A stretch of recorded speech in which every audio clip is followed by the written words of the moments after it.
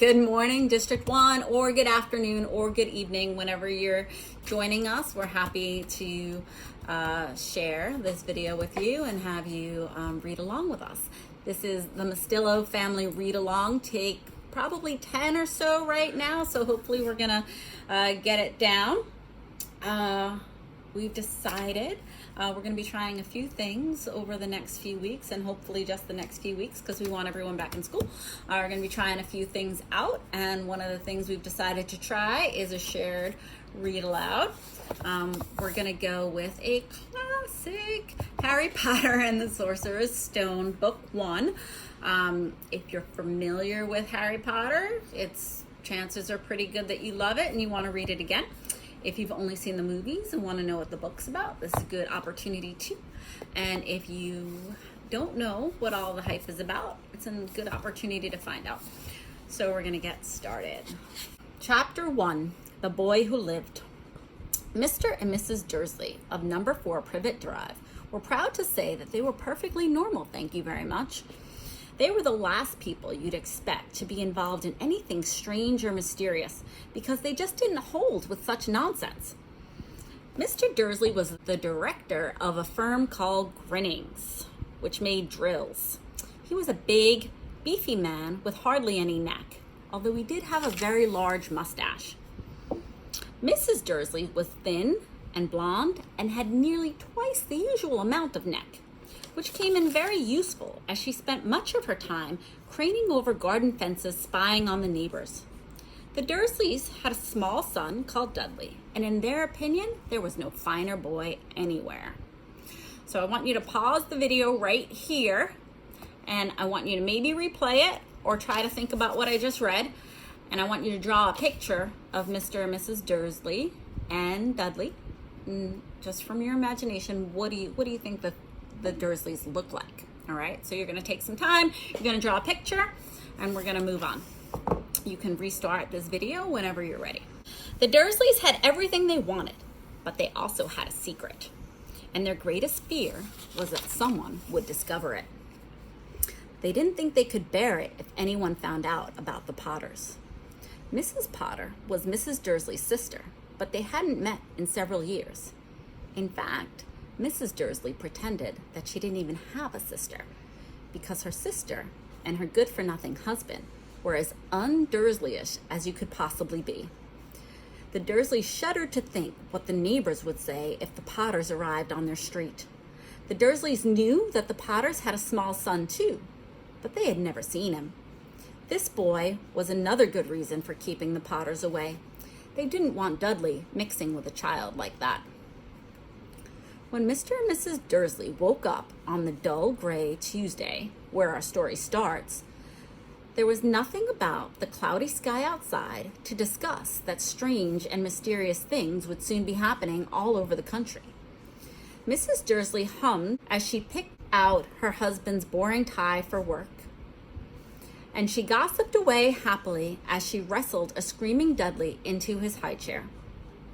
None of them noticed a large tawny owl flutter past their window.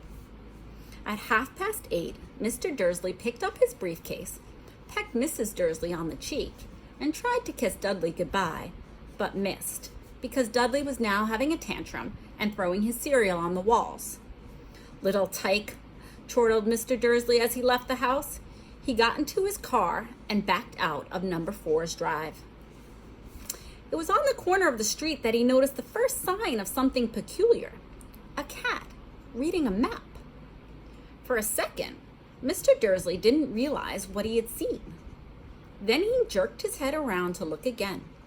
There was a tabby cat standing on the corner of Privet Drive, but there was no map. What could he have been thinking of? It must have been a trick of the light. Mr. Dursley blinked and stared at the cat. It stared back, and Mr. Dursley drove around the corner and up the road. He watched the cat in his mirror. It was now reading the sign that said Privet Drive. No, looking at the sign. Cats couldn't read maps or signs.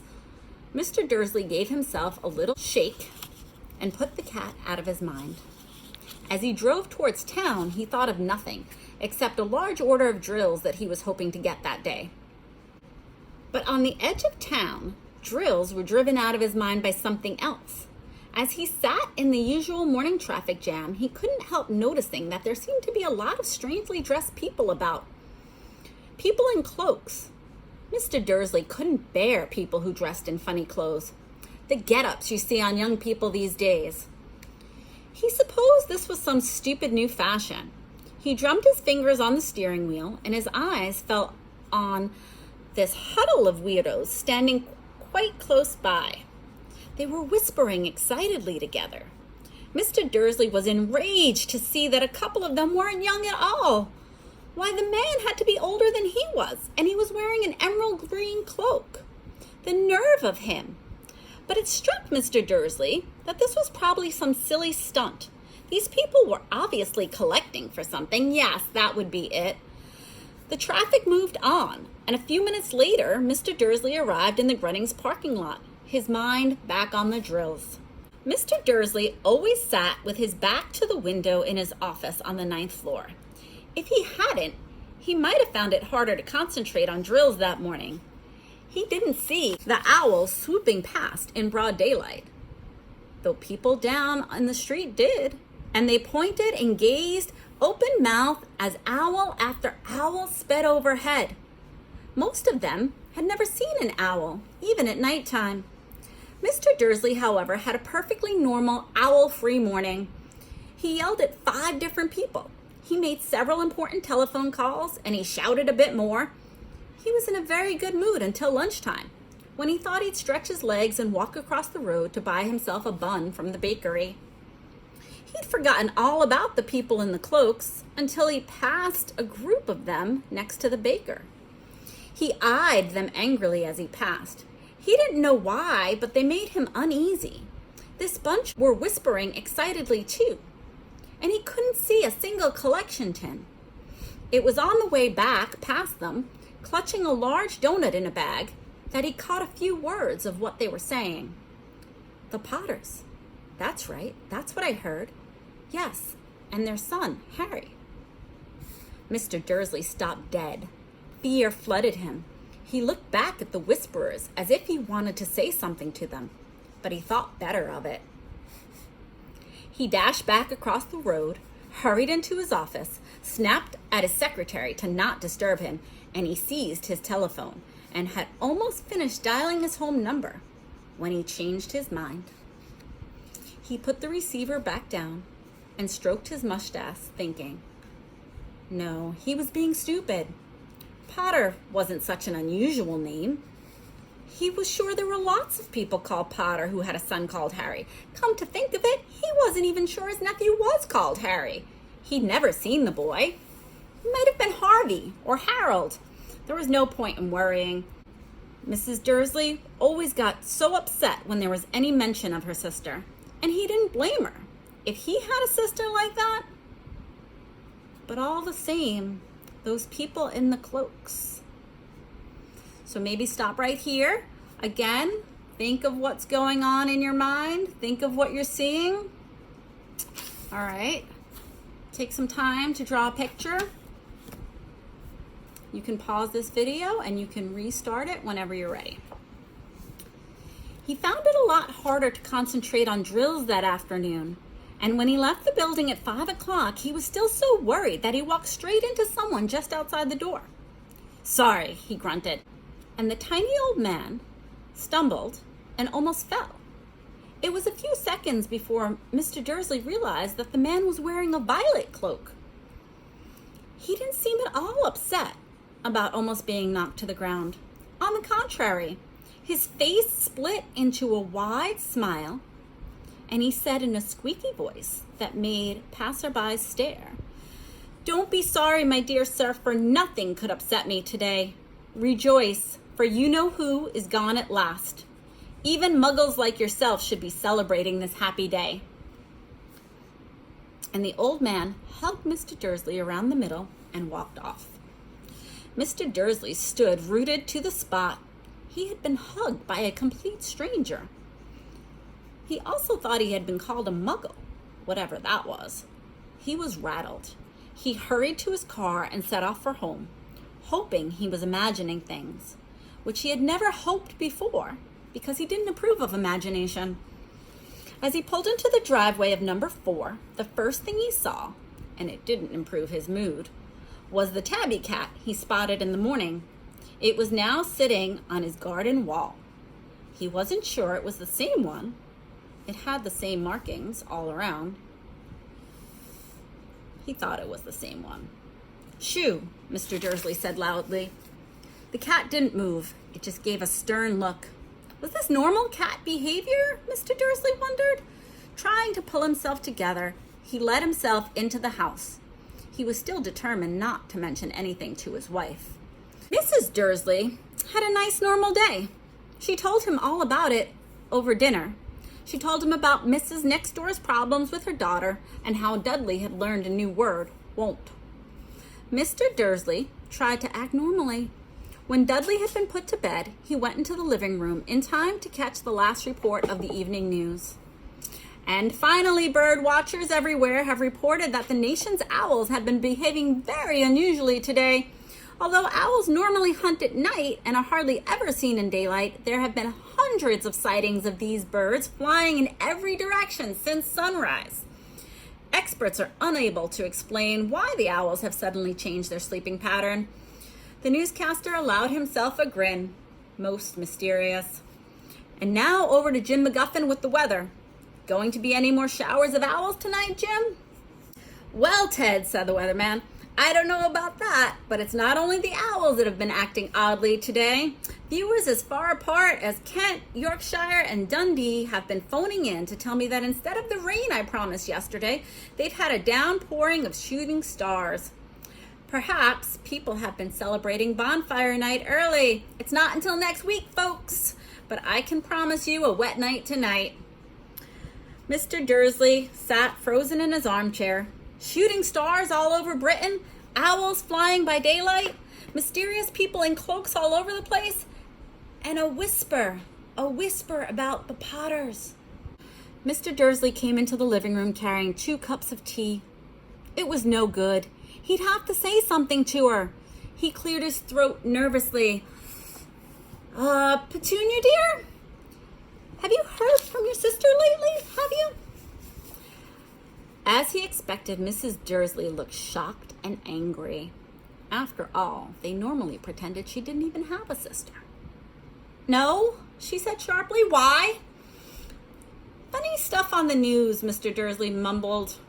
Owls, shooting stars, and there were a lot of funny-looking people in town today. So, snapped Mrs. Dursley. Well, I just thought maybe it was something to do with, her crowd. Mrs. Dursley sipped her tea through pursed lips.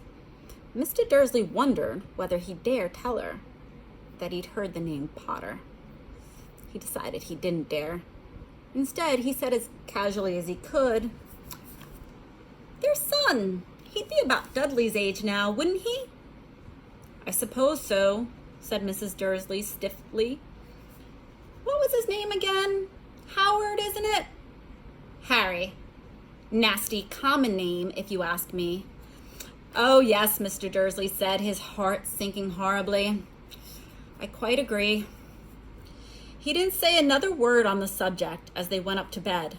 While Mrs. Dursley was in the bathroom, Mr. Dursley crept to the bedroom window and peered down into the front garden. The cat was still there. It was staring down Privet Drive as though it were waiting for something. Was he imagining things? Could this all have anything to do with the Potters? If it did, if it got out that they were related to the pair of... He didn't think he could bear it. The Dursleys got into bed. Mrs. Dursley fell asleep quickly, but Mr. Dursley lay awake, turning it all over in his mind. His last comforting thought before he fell asleep was that if the Potters were involved, there was no reason for them to come near him or Mrs. Dursley. The Potters knew very well what he and Petunia thought about them and their kind. He couldn't see how he and Petunia could get mixed up in anything that might be going on. He yawned and turned over. It couldn't affect them. How very wrong he was. Mr. Dursley might have been drifting into an uneasy sleep, but the cat outside was showing no sign of sleepiness. It was sitting as still as a statue, its eyes fixed unblinkingly at the far corner of Privet Drive. It didn't do so much as quiver when a car door slammed on the next street, nor when two owls swooped overhead. In fact, it was nearly midnight before the cat moved at all. A man appeared on the corner the cat had been watching, appeared so suddenly and silently that you would have thought he'd just popped up out of the ground. The cat's tail twitched and its eyes narrowed. Nothing like this man had ever been seen on Privet Drive. He was tall, thin, and very old, judging by the silver of his hair and beard, which were both long enough to tuck into his belt. He was wearing long robes, a purple cloak that swept the ground, and high-heel buckled boots. His blue eyes were light, bright, and sparkling behind the half-moon spectacles, and his nose was very long and crooked, as though it had been broken at least twice. This man's name was Albus Dumbledore. And this is a good place to stop the video. Go back just a little bit and draw what you think Albus Dumbledore looks like. Albus Dumbledore didn't seem to realize that he had just arrived in the street where everything from his name to his boots was unwelcome. He was busy rummaging in his cloak, looking for something, but he did seem to realize he was being watched, because he looked up suddenly at the cat, which was still staring at him from the other end of the street. For some reason, the sight of the cat seemed to amuse him. He chuckled and muttered, "I should have known." He found what he was looking for inside his pocket. It seemed to be a silver cigarette lighter. He flicked it open and held it up into the air and clicked it. The nearest street lamp went out with a little pop. He clicked it again. The next lamp flickered into darkness. 12 times he clicked the put-outer until the only lights left on the whole street were two tiny pinpricks in the distance, which were the eyes of the cat watching him. If anyone looked out their window now, even beady-eyed Mrs. Dursley, they wouldn't be able to see anything that was happening down on the pavement. Dumbledore slipped the put-outer back inside his cloak and set off down the street towards number 4, where he sat down on the wall next to the cat. He didn't look at it, but after a moment he spoke to it. "Fancy seeing you here, Professor McGonagall." He turned and smiled at the tabby, but it had gone. Instead, he was smiling at a rather severe-looking woman who was wearing square glasses, exactly the shape of the markings the cat had around its eyes. She too was wearing a cloak, an emerald one. Her black hair was drawn in a tight bun. She looked distinctly ruffled. "How did you know it was me?" she asked. "My dear Professor, I've never seen a cat sit so stiffly." Here's a good time to stop. Even if you drew Professor Dumbledore a little bit earlier, maybe you can draw Professor McGonagall standing next to him. Maybe a little background, maybe a little scenery. "You'd be stiff too if you were sitting on a brick wall all day," said Professor McGonagall. "All day? When you could have been celebrating? I must have passed a dozen feasts or parties on my way here." Professor McGonagall sniffed angrily. "Oh yes, everyone's celebrating all right," she said impatiently. "You'd think they'd be a bit more careful, but no. Even the Muggles have noticed something going on. It's on their news." She jerked her head back at the Dursleys' dark living room window. "I heard it. Flocks of owls, shooting stars. Well, they're not completely stupid. They were bound to notice something. Shooting stars down in Kent. I'll bet that was Daedalus Diggle. He never had much sense." "You can't blame them," Dumbledore said gently. "We've had precious little to celebrate for 11 years. "I know that," said Professor McGonagall irritably. "But that's no reason to lose our heads. People are being downright careless, out on the streets in broad daylight, not even dressed in muggle clothes, swapping rumors. She threw a sharp sideways glance at Dumbledore here, as though hoping he was going to tell her something. But he didn't, so she went on. A fine thing it would be if on the very day you-know-who seems to have disappeared at last, the muggles found out all about us. I suppose he really has gone, Dumbledore. It certainly seems so, said Dumbledore. We have much to be thankful for. Would you care for a lemon drop? A what? A lemon drop. They're a kind of muggle sweet I'm rather fond of. No, thank you, said Professor McGonagall coldly, as though she didn't think this was the moment for lemon drops. As I say, even if you-know-who is gone, my dear Professor, surely a sensible person like yourself can call him by his name. All this you-know-who nonsense. For 11 years I've been trying to persuade people to call him by his proper name, Voldemort. Professor McGonagall flinched, but Dumbledore was unsticking 2 lemon drops and seemed not to notice. It all gets so confusing if we keep saying you-know-who. I have never seen any reason to be frightened of saying Voldemort's name.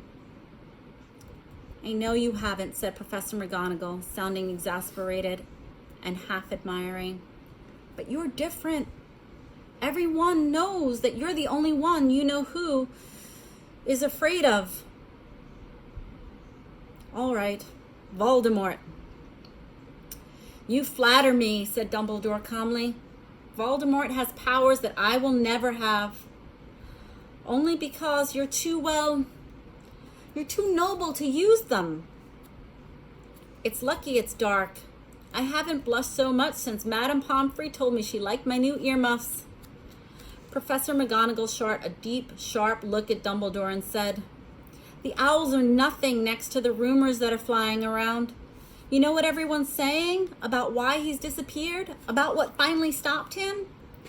It seemed that Professor McGonagall had reached the point where she was most anxious to discuss the real reason she had been waiting on a cold, hard wall all day. For neither as a cat nor a woman had she fixed Dumbledore with such a peering stare as she did now. It was plain that whatever everyone was saying, she was not going to believe it until Dumbledore told her it was true. Dumbledore, however, was choosing another lemon drop, and he did not answer. What they're saying, she pressed on, is that last night Voldemort turned up in Godric's Hollow. He went to find the Potters. The rumor is that Lily and James Potter are that they're dead. Dumbledore bowed his head. Professor McGonagall gasped. Lily and James? I can't believe it. I don't want to believe it. Albus. Dumbledore reached out and patted her on the shoulder. I know, he said heavily. Professor McGonagall's voice trembled as she went on. That's not all. They're saying he tried to kill the Potter's son, Harry. But he couldn't. He couldn't kill that little boy. No one knows why or how, but they're saying that he couldn't kill Harry Potter. Voldemort's power somehow broke, and that's why he's gone. Dumbledore nodded glumly. It's true, faltered Professor McGonagall. After all he's done, all the people he's killed, he couldn't kill a little boy. It's just astounding, of all the things to stop him. But how, in the name of heaven, did Harry survive? We can only guess, said Dumbledore. We may never know. Professor McGonagall pulled out a lace handkerchief and dabbed it at her eyes beneath her spectacles. Dumbledore gave her a great sniff as he took a golden watch from his pocket and examined it. It was a very odd watch. It had 12 hands, but no numbers. Instead, Little planets were moving around the edge. It must have made sense to Dumbledore, though, because it put it back in his pocket and said, Hagrid's late. I suppose it was he who told you I'd be here, by the way? Yes, said Professor McGonagall. And I don't suppose you're going to tell me why you're here of all places. I've come to bring Harry to his aunt and uncle. They're the only family he has left now. You can't mean that the people who live here? Cried Professor McGonagall, jumping to her feet and pointing at number 4. Dumbledore, you can't. I've been watching them all day. You couldn't find 2 people who were less like us. And they've got this son. I saw him kicking the mother all the way up the street, screaming for sweets. Harry Potter, come and live here? It's the best place for him, said Dumbledore firmly. His aunt and uncle will be able to explain everything to him when he's older. I've written them a letter. A letter, repeated Professor McGonagall faintly, sitting back down on the wall. Really, Dumbledore? You think you can explain this in a letter? These people, they'll never understand him. He'll be famous, a legend. I wouldn't be surprised if today was known as Harry Potter Day in the future. There will be books written about Harry. Every child in our world will know his name. Exactly, said Dumbledore, looking very serious over the top of his half-moon glasses. It would be enough to turn any boy's head. Famous before he can even walk and talk. Famous for something he won't even remember. Can't you see how much better off he'll be growing up away from all that until he's ready to take it? Professor McGonagall opened her mouth, changed her mind, swallowed, and then said, yes. Yes, you're right. Of course you're right. But how is this boy getting here, Dumbledore? She eyed his cloak suddenly, as though he might be hiding Harry underneath it. Hagrid's bringing him. You think it wise to trust Hagrid with something as important as this? I would trust Hagrid with my life, said Dumbledore. I'm not saying his heart isn't in the right place, Professor McGonagall said grudgingly. But you can't pretend he's not careless. He does tend to... What was that? A low rumbling sound had broken the silence around them. It grew steadily louder as they looked up and down the street for some sign of a headlight. It swelled to a roar, and they both looked up at the sky. A huge motorcycle fell from out of the air and landed on the road in front of them. If the motorcycle was huge, it was nothing to the man sitting astride it. He was almost twice as tall as a normal man, and at least 5 times as wide. He looked simply too big to be allowed, and so wild.